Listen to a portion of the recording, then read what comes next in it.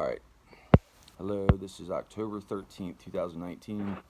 And I've been thinking about making a YouTube channel recently, and I was walking around today just thinking what to do with my day. And I realized I have a bunch of stories, and a lot of them are really thought provoking. And I was like, today would be a perfect day to record one of them. And this is the story of how I actually gave the AA program a chance and to work the steps, and it was through weird coincidences and synchronicities that brought me to this. But I'm going to tell the story. So I became an alcoholic when I was about 17 years old. The summer before I went to college, and when I went to college, I started drinking every single day, and then it just grew out of control from there. And my sister had been in AA when we were younger because she's an alcoholic too, and tried to get me to try AA, and I never really understood it or gave it a chance. And so in 2017, this is after my mom had died. She died in 2016. I got put in jail right after she died, and I sat there for 5 months and was court ordered to rehab. And then my probation officer made me go back to rehab and then to a halfway house within like a month of me getting out. So I was up in Wilkes-Barre, Pennsylvania at this halfway house, and this is like January of 2017. I went there the day Trump got inaugurated, actually. It was January 20th, I believe, I got to that house. So it was like my first 2 weeks of being at this house, and we had morning meditation, and where whoever was not working yet had to sit down at like 8:30 a.m. and had to read some kind of literature, and we all discuss it. And we were talking about the first step, which is we admitted we were powerless over alcohol and our lives had become unmanageable. See, I never wanted to admit I was powerless over alcohol, all right? At this point, I was like 35 years old, and I had, I, I knew my life was unmanageable, but I just didn't want to admit I was powerless because my grandfather quit drinking cold turkey, and my other friend Kippy had quit. He's been sober for like 5 years, and I still debate with him about this to this day because he don't really believe in AA, even though it's worked for millions of people. So this is my getting out of my seventh rehab, and I never really got a sponsor before or really worked the program. So we're debating about, and I was like, look, I have $100 in my pocket. If I'm powerless, there's two bars right outside this house. I'd be drinking. And so we were arguing. All of a sudden, the TV comes on. Now, to this day, I'm not clear whether the TV was off and it came on or whether it was already on and it was muted to the sound. But all of a sudden, you hear the TV say "powerless," and we all look up and we're like, "What?" And it was a commercial for a new show called Powerless coming out, which I'd never seen before or seen since. I'd never even heard of the show, and we were all like, whoa, that was a weird coincidence.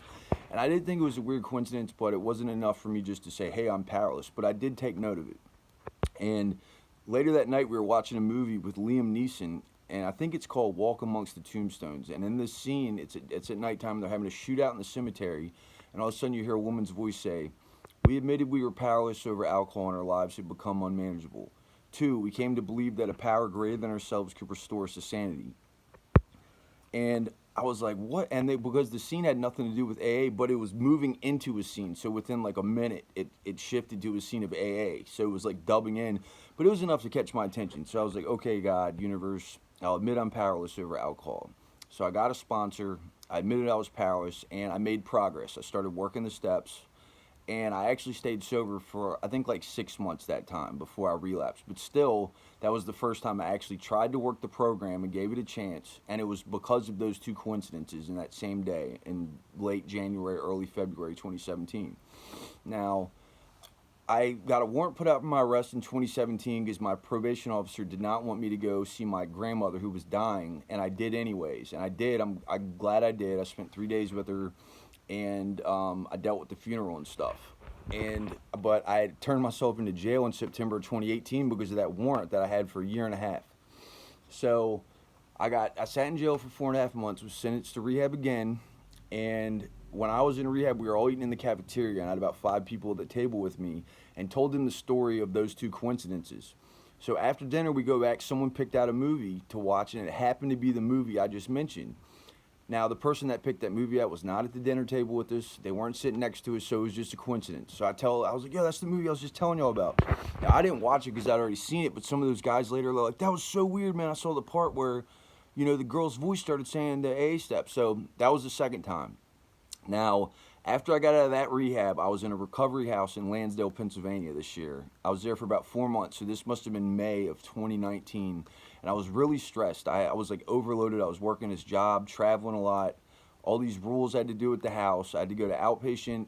I had a sponsor, and I just was stressing because I wanted to get on my 4-step. And my sponsor was thinking I shouldn't move that fast, but in my head, I was ready to do the steps because I turned myself into jail and I'd already done this, so I was, already on step 1. So I was already stressing. And all right, so the third step's made a decision to turn our will and our lives over to the care of God as we understood Him. 4 is we made a searching and fearless moral inventory of ourselves. So that's where you got to write down all your resentments, who you have resentments towards, like people, institutions, whatever, how they harmed you, how it affected you, and what role you had to play in it. Also, you have to write down like your sex inventory, like did you use it to harm anyone else? You have to write down your fears. And then the 5th step is going over it with your sponsor, which is admitted to God, to ourselves, and to another human being the exact nature of our wrongs. Anyways, I really wanted to drink. I was stressed out. I came home, I was white knuckling not drinking. And I literally walk in the door and sit down, and the people in my house are watching the show called Chicago Fire. I literally sit down on the couch, and it was a scene of an AA meeting, all right? And the woman says, the 4th step is one of the most important steps. I was like, no way. I was like, literally, I sit down on the couch, and it says this, and it was right at the time I was like ready to get on my 4th step. So I took note of it, and that was one time. Now, I stayed sober 9 months, all right, at that point. I did relapse for a very short period of time, and I went back to rehab. This was like a couple months ago, and so it was called Malvern Institute where I was. And I also needed a safe place to go to finish parole, because I was done September 21st this year. And I was like, I want to make sure I don't do anything that's going to get me sent back to jail. And so we're sitting there. I told this story, what I'm telling y'all now, up to this point, like in group. Now I'm sitting in the TV room in between groups, and someone puts on Criminal Minds, and I'm sitting with one of my friends, and the guy he sits down next to a man, and he goes, continue to take personal inventory, and we were wrong, promptly admitted it. And he said, step 10. I'm like, what? I was like, click info. And he clicks info, and the name of the show was called A Higher Power. And I'm like, no way. And there was a Criminal Minds episode about some guy going around mercy killing people that he would meet at AA meetings that were going through some really traumatic stuff. And dude, we leave that group and literally we leave that TV room and go to group, and it was about step 10. I'm like, no way. Like literally the show just ended and we went to group, and it was a group on step 10. So I'd shared about that. And then I got out. I got off parole. I'm at a halfway house now. I've been sober. I haven't had a drink in probably like almost 3 months now. And so yesterday I go to an AA meeting, and I get there, and it was me and a bunch of older people. I was definitely the youngest person at this meeting. Everyone's probably in their 50s to 70s there. And the whole meeting was about acceptance. All right, and they read from a page in the big book called page 417, and the whole, it was a topic meeting, and we all shared about acceptance and, our interpretations of it or what we were going through. Now, some guy gave me a ride home, some nice, older gentleman dropped me off. I come in, and I was going to eat some food. I needed a glass of milk. Now, I opened the cabinet. I live with 33 men, and so we have a bunch of, plates and cups. There was one cup in the cabinet. It was a coffee mug. So I grabbed it, pour milk in it. I sit down, I look at it, and it says acceptance on it, and it's got the whole paragraph from that book, and it says page 417 on the coffee mug. I'm like, dude, what are the odds of this? Now I have a picture of the coffee mug I'm going to attach to this video, but those are the type of things that got me into this program, that have caught my attention. Now, the point of the steps are to basically clear out of the way what has been blocking you from God. All right, you don't have to be any denomination. You're supposed to believe in God, whatever your interpretation of them is. And then basically you take a look at yourself, you figure out what your character defects are, and then so when you get sober, you can correct those character defects and not make the same mistakes. You try to make amends, and then eventually at the end of the steps, you help other people, like other alcoholics, and you sponsor people. That's what the 12th step is. So I'm going to read the steps to you. All right, so 1 is we admitted we were powerless over alcohol, that our lives had become unmanageable. 2, came to believe that a power greater than ourselves could restore us to sanity. 3, made a decision to turn our will and our lives over to the care of God as we understood Him.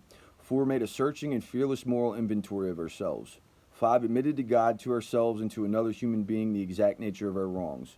6, we're entirely ready to have God remove all these defects of character. 7, humbly asked Him to remove our shortcomings. 8 made a list of all persons we had harmed and became willing to make amends to them all. 9 made direct amends to such people wherever possible, except when to do so would injure them or others.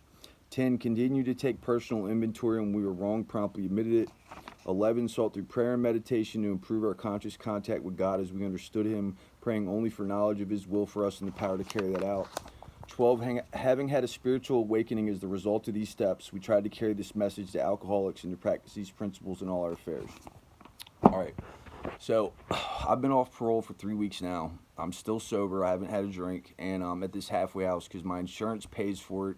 They feed me, and it's got structure because I'm trying to stay sober and better myself. But I got in a big debate with my friend Kippy the other day because he's like, "Oh, those are just coincidences." I was like, "Dude, like synchronicities and coincidences, yeah, I take note of them, but these specifically align up with things that are supposed to help you get closer to God and better yourself, so you can be better, make the world a better place by helping other people, basically." And I was like, it has happened too many times for it to be a coincidence. And God works in mysterious ways. So, I don't know. I just thought it was interesting. This is one of many of my stories that are very thought-provoking. And I don't know. I just wanted to share it. And there's some other point I wanted to make in this video.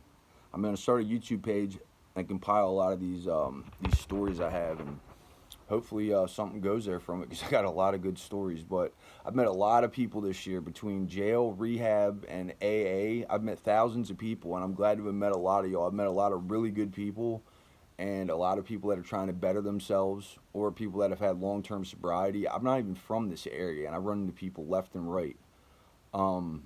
So, and I'm friends with a lot of y'all on Facebook now, so I hope y'all are doing good, and I'll be in touch. Love y'all.